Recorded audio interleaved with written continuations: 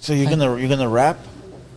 What's up? Yeah. You're gonna rap Spanish or Spanish? Yeah, I'm doing it all in Spanish. Yeah, Last Battalion Music is his record label that he has, and his artist. Remember we interviewed Benz. Yeah, for sure. She was in the chat right now. Salute to Benz. Yeah, salute Benz. What's she cool? What's the other two artists again? You sent them. Let me see. Young Drew, who was here that day too. He was there. And then Little Plain, he's in Portland right now, but he's about to come back. And he's actually going on tour with me next week. Little Plain. Are you gonna start using your influence to collab with big names? Yeah, I think that'll be smart to do. You gonna cash out your cloud tokens or not? I might have to. Yeah. You gotta save them up. I mean, I already got some features. 4 in this phone. I already got some good features from like Yellow Hill. I got Yellow Hill. Yellow Hill. Drummer Boy already said like he got me. Wale got me. King-Lil-G got me. Those can't tell you no, dog. Yeah, that's the homies. King-Lil-G drummer. If they tell you no, they're fired. I ain't your DJ. But then a lot of Devour better be up in there too. Devour, that's the homie. Yeah, he actually looked like I don't know if he wants me to say this, but he got some Spanish stuff in the vault. So, here's a question. So, say like King-Lil-G and drummer, right? They obviously would charge anybody for a feature. Like whoever hits them up, you got to give me a bag, right? Right. But you're their DJ, or you know them very well, right? But you also need a bag if somebody hits you up for a collab, right? Right. So how does that work between you and them? Like if you guys want a feature, do you guys just work it out? Yeah, like feature for a feature, or pay me, I pay you. Nah, because how does that work? Because like in my case, it's like I'm not gonna change their life by me doing a feature with them. But they're gonna influence my end more than I will them. You know what I'm saying? Okay. So in reality, they should charge me. You feel me? But they're not gonna do it because that's my bros. Like, you know what I'm saying? Like, it's not just music. I don't just work with them like on music and that's it. Like, this is family. So if they're gonna do it, they're gonna do it out of love. You know what I'm saying? It's kind of hard to mix the like business with pleasure, right? Right. Just to pull up and be like, hey, bro, I need a song, but how much is it gonna be? Type shit, right? Exactly. Yeah. Like I might do that with someone else, but it's like if that's the case, then I might as well not even do it, because if it's just because of the money, like if that's the only reason you're making a song with me, then I don't even want you to make a song with me. Yeah. You feel me? But you understand it though, right? Yeah, I understand the business. You went and did a song with somebody else, like somebody you're looking for, it's like, okay, it is what it is, but it's different fucking with the homies, right? Yeah, exactly.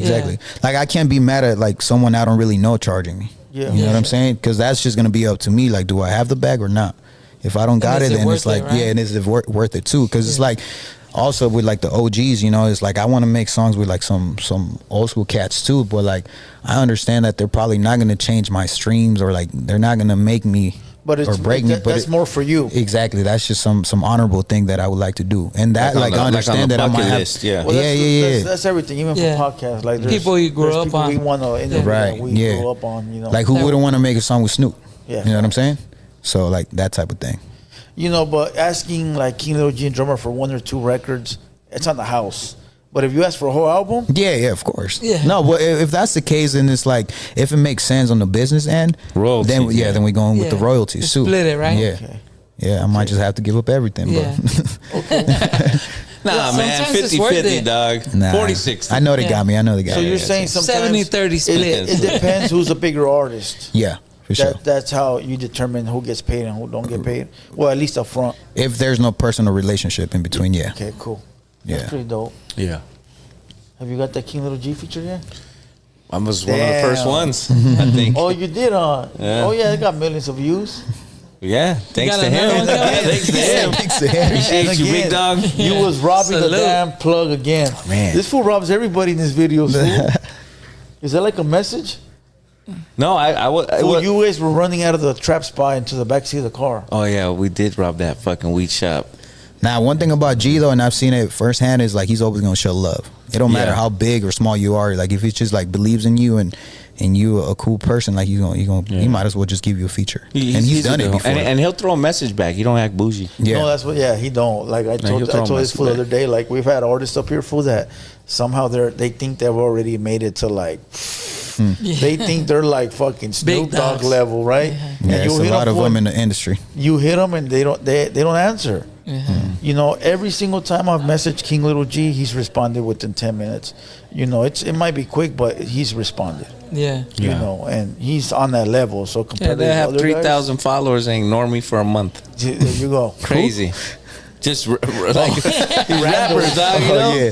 G got like 1 million. But if I hit him, he's gonna hit me back in like a day or less. Like, what's up, dude? I think hip hop in general has a lot of egos, and but it's usually the smaller cats that have the biggest egos. Yeah, it's crazy. That is true. Yeah. Everybody's viral, right? I'm viral right now. Yeah, that's what everybody's going for right now too. Like the whole, you know, going viral on social media. But I don't even like. It's cool and everything, but at the end of the day, it's like, does it really translate to money on your table? Pocket, you know what I'm saying? Like, it's really not. I say what you're saying all the time, bro. It doesn't, being on camera doesn't calculate to people showing up to your shows, bro. Right. Like we got some artists that, you know, are acting goofy on all these interviews, and, you know, they saying dumb stuff and they just looking funny. But at the end of the day, it's like, you know, they might have millions of views on their Instagram page, but I guarantee you they can't do what we can do with King-Lil-G on a tour. And we can fill out 30 cities across the states with King-Lil-G, and we've done it multiple times. We do it every single year. But these artists, it doesn't matter how big they are on social media right now, Instagram, TikTok, and all that. Oh, they can't do 300 people for sure if their life depended on it. We were talking about the 330 people if their life depended. I was trying to be nice. No, we were talking about the other day. We were saying, you know, even in the podcast game, like when you do a podcast with somebody, it's a collab. Like, you're here, it's a collab. Yeah. Right. You know, you have your crowd that's watching, we have our crowd that's watching.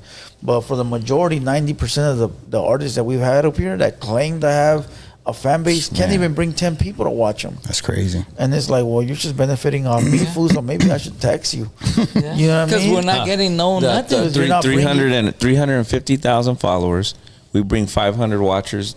They bring the 510. 10. They bring us up to 510. Yeah, and then when they leave with their 10 because they didn't even stay. Yeah. There you go. That's true. I'm telling you, there's only a few artists that came up here that brought a fan base with them. And brought their people too. And there was the people I wouldn't expect, but I was like, damn, okay. Yeah. Yeah. You know? Yeah, it's true. The rest talk a good one, fool. We've had that conversation, though. Yeah. We've had it, you know? That's crazy. And I said, it's just the saying, you know, like being on camera doesn't add up to actual making money. You know what's the biggest movement, but it's not real movement. You know what I'm saying? Like, I don't know if that makes sense. I think one of the biggest examples is Los Bukis. I DJ'd let me see, 3 of their concerts in LA at the Coliseum. Those Bukis are fucking legendary. But you know what's crazy? I just because like the venue fits 67,000 people, and they sold that place out 3 days in a row. Man. And then I went and checked their Spotify streams, and it's only like 600,000, not even 1 million. But I guarantee you, anybody that got 5 million monthly streams, they cannot fill a third of that stadium. No, yeah, I get it. The thing is, all their people pull up. Exactly. Yeah. That's what it's Those about. Are real followers. It's when you can get people to pull up and come and watch you. Yeah. Because you have that that's stage. legacy. Yeah. Those guys, it's legacy, you know.